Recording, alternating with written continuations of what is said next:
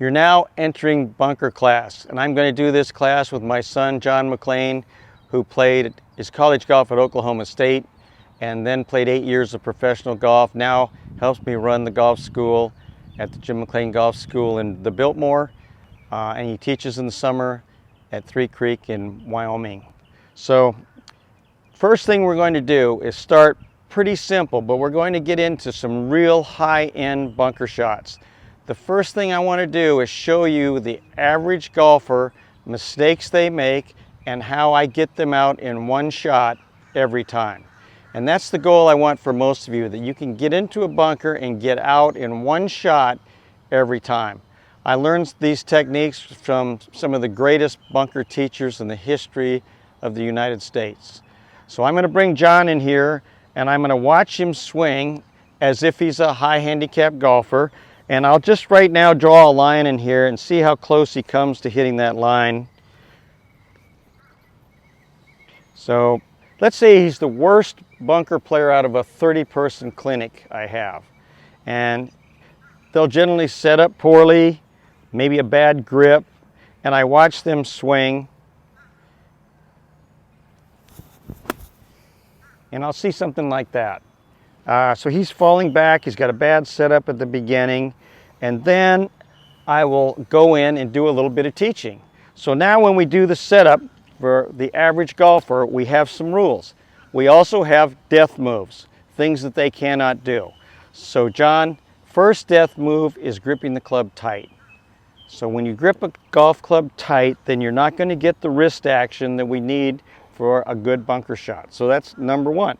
If you grip it too tight, you're finished. Death move. The next one is take a little wider stance and put your weight forward. Yes, like that. So then you can see that the person gets their upper center forward. The weight moves more toward the left knee. And that's a really important idea. Now you notice that I am not having him open his stance or anything like that yet. I'm going to get them out in one shot.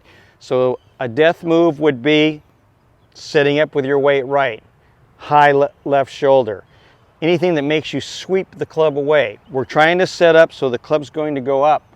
All right, so the next thing on the backswing is I would go in with this person, and maybe they're making a short backswing. I'm going to get them to get the club up and turn the shoulders. There. So it's a big swing. So many people take a short backswing or they take it back just with their arms, and there's no power there. So when you don't do that, you've killed yourself for hitting this nice, easy bunker shot that looks so easy when you see a professional hit it. And then I would say he was hitting way behind the line. So now I'm going to say, do another practice swing in the good setup, lighten your grip, put your weight forward. And then he did one thing that this is what I want to see, go to a good finish. You've got to turn your body through. So I use a little saying, we name the pin, we give them a name. I learned that from the great Jackie Burke down in Houston, Texas, when he did golf schools with me. We name the pin and you say hello to whoever you name that pin. We name the pin George down here at the golf school, so you say hello to George when you finish. Now once I see that the amateur golfer I'm working with can hit in the near area, I explain to them, how far do you hit behind a golf ball? And if you want to bring the camera back in here, we can show it pretty good.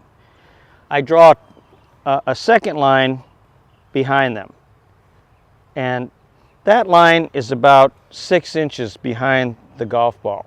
So I give them a line that's about 2 inches behind the line and a one that's 6 inches behind the line. Now, in this case, John was hitting behind the line and going deep in the sand. So that was caused by bad setup, weight on the right foot, and going down a little bit when he hit the ball. Super common. People trying to lift the ball out of the bunker. So instead of that, we got him set up forward. You can set up in a good setup. Got him leaning a little bit left, got him making a bigger turn and getting the hands up on the backswing.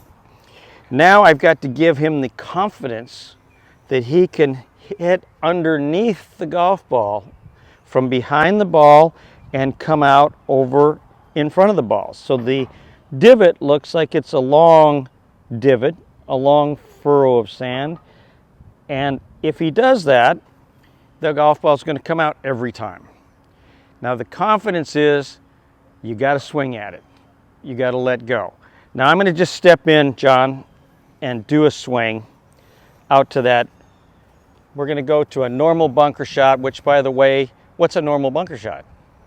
So bunkers are like this one. They're on the side of the green. You've got a green up there, the pin's somewhere, generally somewhere in the middle, not in the corners normally. So you get about a 12 to 20 yard shot. We say a 15-yard bunker shot, 45 feet. And that's the kind of swing we just did with my student right there. So then when I get in here, I can put a line in here to show them the line that's about 4 inches behind the golf ball. I get comfortable and I hit this shot, boom. And it comes out, and when you see a pro do it, it looks so easy. It's like, wow, how can I not do that? But then I'll show them that there was a nice furrow of sand cut out. I hit about 4 inches behind the ball. You don't have to be perfect with the bunker shot. You can hit 1 inch behind it. It's going to go a little further and spin more. And you can hit 6 inches behind it. It's going to come out lower and have more run on it. Like that last shot I hit was a little too far behind it, but it ran out there pretty close to that pin. So John, I'm going to get you in here and we're going to do our test. And the test is, can he make a swing like he swung at the sand? Let's do one practice swing and see how you do hitting between the two lines and taking an area of sand out. Pretty good. Let's do one more. I was pretty close to the back line. You know, this is how I would do it if I'm teaching somebody. Get forward. There you go. Now, can he get up there and do it in front of 30 people? Oh yeah, if he trusts it, he can do it. And you can too. You can come out of the sand in one shot.